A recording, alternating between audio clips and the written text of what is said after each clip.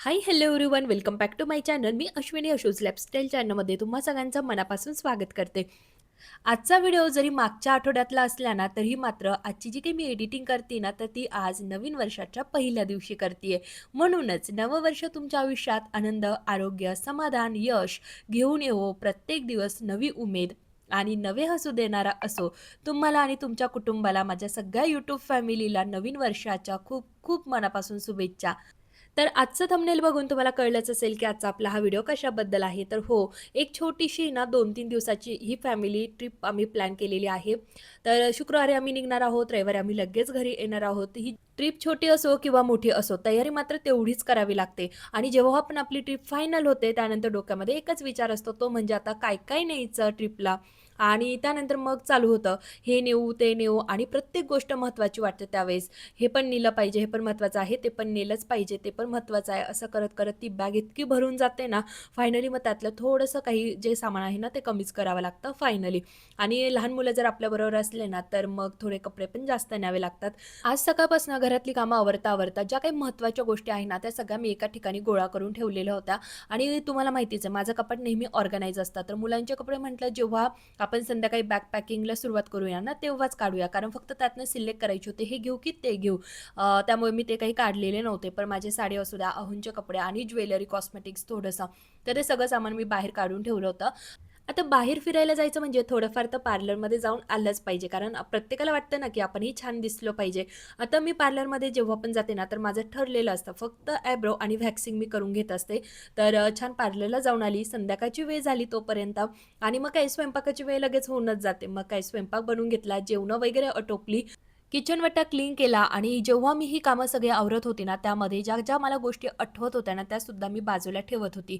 आणि फायनली माझं सगळं आवरलं आणि त्यानंतर म्हटलं चला आता शांततेत आपण ही जी काही बॅग आहे ना, ती भरून घेऊया.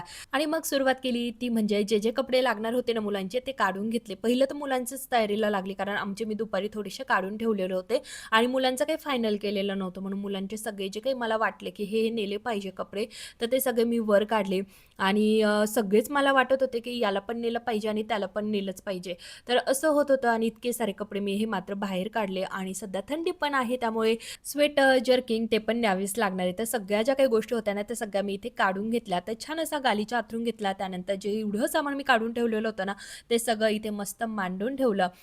तब्बल 1 वर्षानंतर ही बॅग मी बाहेर काढलेली आहे बरं का. मागच्या वर्षी ह्याच दिवसांमध्ये ख्रिसमसच्या सुट्ट्याच होत्या तेव्हा हेच दिवस होते शेवटचे इयर एंडिंगचे. तर तेव्हाच आम्ही राजस्थान ट्रिप आहे ना प्लॅन केलेली होती आणि तिकडेच गेलेलो होतो फिरायला आणि ना तेव्हा ही बॅग नेलेली होती. तिकडनं आल्यानंतर मस्त तिला क्लीन करून वरती ठेवून दिलं होतं आणि आज मी तिला बाहेर काढलं.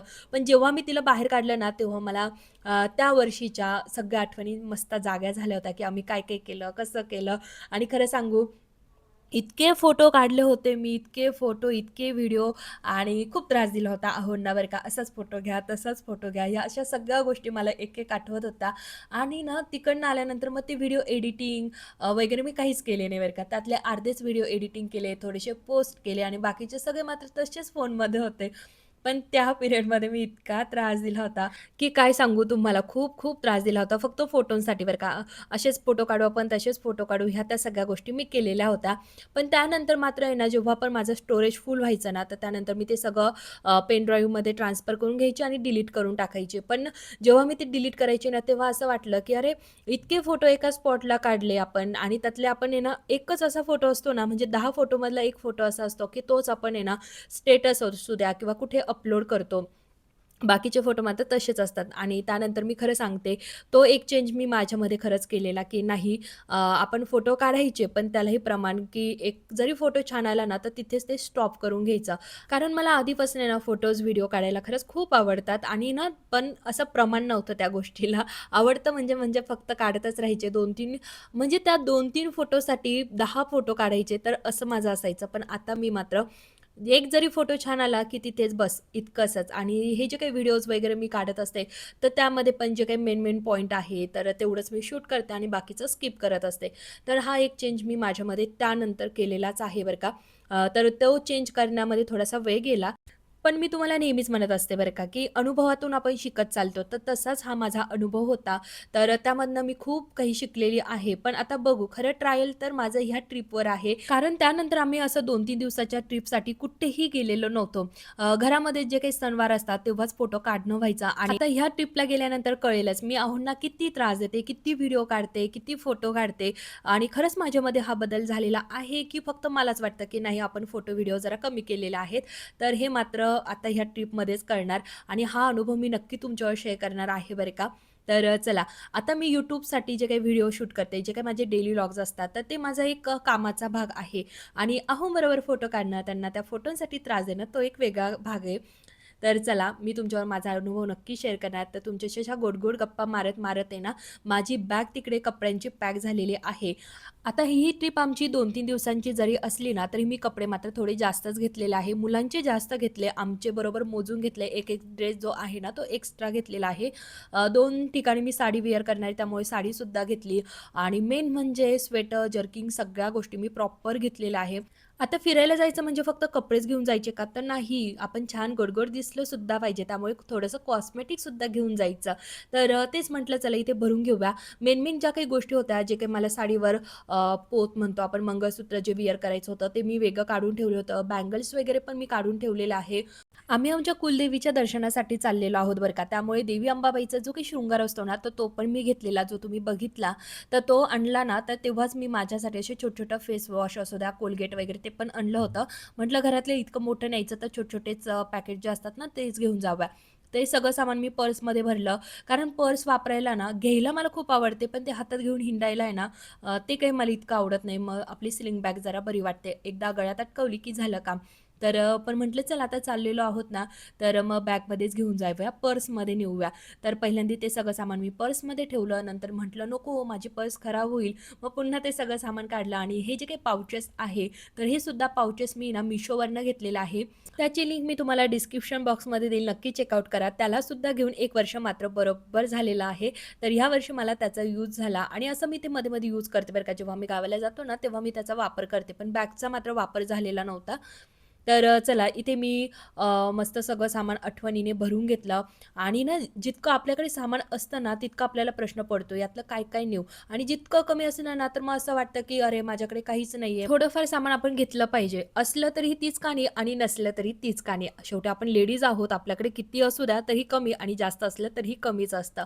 तर चला, इथे आठवणीने एक-एक कप्पा चेक करत-करत मी माझं जेवढं मला कॉस्मेटिकचं सामान लागणार होतं, तर ते सगळं काढून घेतलं इथे आणि मेन मला आवडतं तुम्हाला माहितीच आहे काजळ, लिपस्टिक ह्या 2 गोष्टी मला आवडतातच आणि आणि त्याचबरोबर छोटीशी अशी टिकली. ह्या गोष्टी मात्र मी कधीच विसरत नाही. तर चला इथे मी सगळं जेवढं माझं कॉस्मेटिक्स आहे, तर ते सगळं मी इथे गोळा केलं. आता इथे मस्त भरून घेणार पर्समध्ये आणि तुम्हाला पण जवळून दाखवते मी काय-काय घेऊन चाललेली आहे.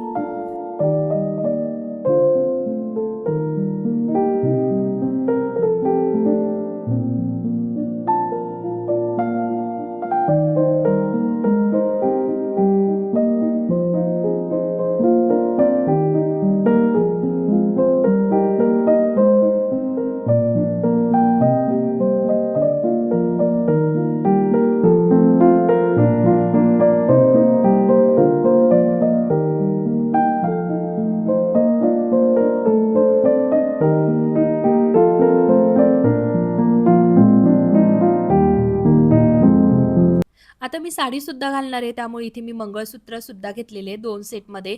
एक छान असं गोल्डनमध्ये आहे आणि हे काळ्या मण्यांचं जे काही आपले मंगळसूत्र असतात तर ते घेतले आणि मात्र चुडामध्ये आपण ज्या बांगड्या घालतो ना ग्रीन कलरच्या, तर त्याच मी बांगड्या दोन्ही साड्यांवर ह्याच बांगड्या घालणार आहे.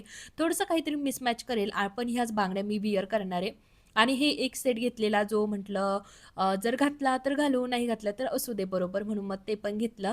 तर ह्या छोट्याशा एका बॉक्समध्ये हे सगळं पॅक केलं जेणेकरून त्या बांगड्या नको फुटायला म्हणून. तर अशा प्रकारे मी छान बॅग पॅक केली. त्यामध्ये मी कपडे घेतले, कॉस्मेटिक्स घेतलं, मेडिसिनसुद्धा घेतलेलं आहे, कोलगेट वगैरे पण घेतलं जे मी तुमच्यावर नाही शेअर केलं पण ते पण सगळं मी घेतलेलं आहे. फायनली माझी 1 तासामध्ये बॅग पॅक झाली आणि त्यानंतर मात्र झोपून घेतलं कारण उद्या जायचं आहे फिरायला. तर कसा वाटला व्हिडिओ आवडला तर नेहमीप्रमाणे लाईक, शेअर, सबस्क्राईब, कमेंट्स करा. पुन्हा भेटूया अशाच इंटरेस्टिंग डेली व्लॉग बरोबर. बाय.